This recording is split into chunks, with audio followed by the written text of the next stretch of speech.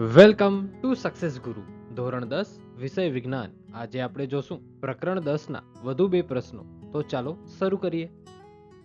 આજનો પહેલો પ્રશ્ન છે, છેલ્લી પાટલી પર બેઠેલા વિદ્યાર્થીને બ્લેકબોર્ડ પરનું લખાણ વાંચવામાં તકલીફ પડે છે. આ વિદ્યાર્થી કઈ ખામીથી પીડાતો હશે? તેનું નિવારણ આકૃતિ સહ વર્ણવો.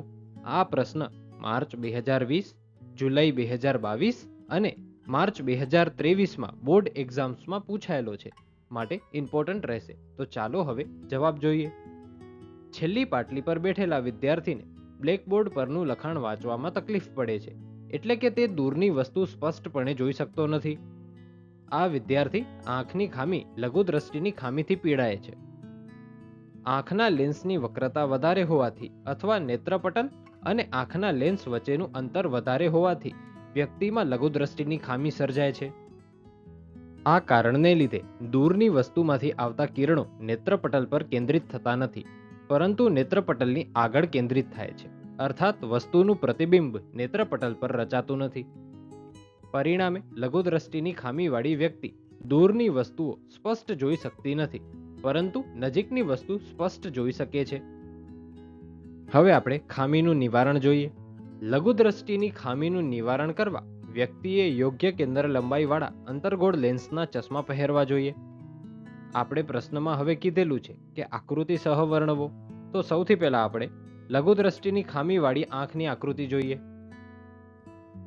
જેમાં આપણે જોઈ શકીએ છીએ કે અનંત અંતરે રહેલી વસ્તુનું અસ્પષ્ટ પ્રતિબિંબ આઈ' ઉપર આપણે દેખાય છે, અને ઓ પર રહેલી નજીકની વસ્તુનું સ્પષ્ટ પ્રતિબિંબ આઈ પર દેખાય છે.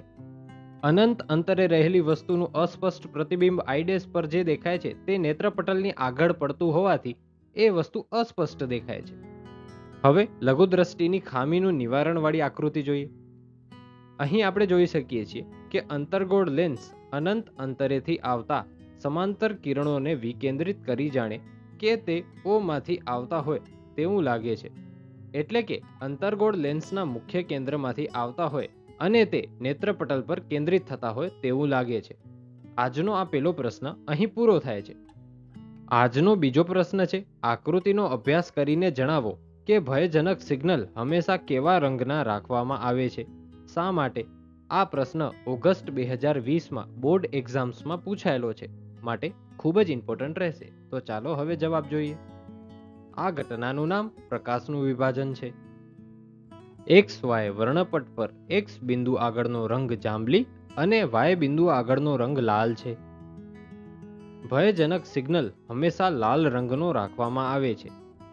તેનું કારણ છે લાલ રંગના પ્રકાશની તરંગ લંબાઈ વધુ હોવાથી ધુમ્મસ અથવા ધુમાડાની હાજરીમાં બીજા રંગની સાપેક્ષે તેનું સૌથી ઓછું પ્રકિરણ થતું હોય છે.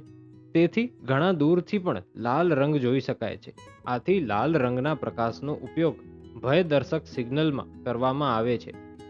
આજનો આ પ્રશ્ન પણ અહીં પૂરો થાય છે. Thanks for watching.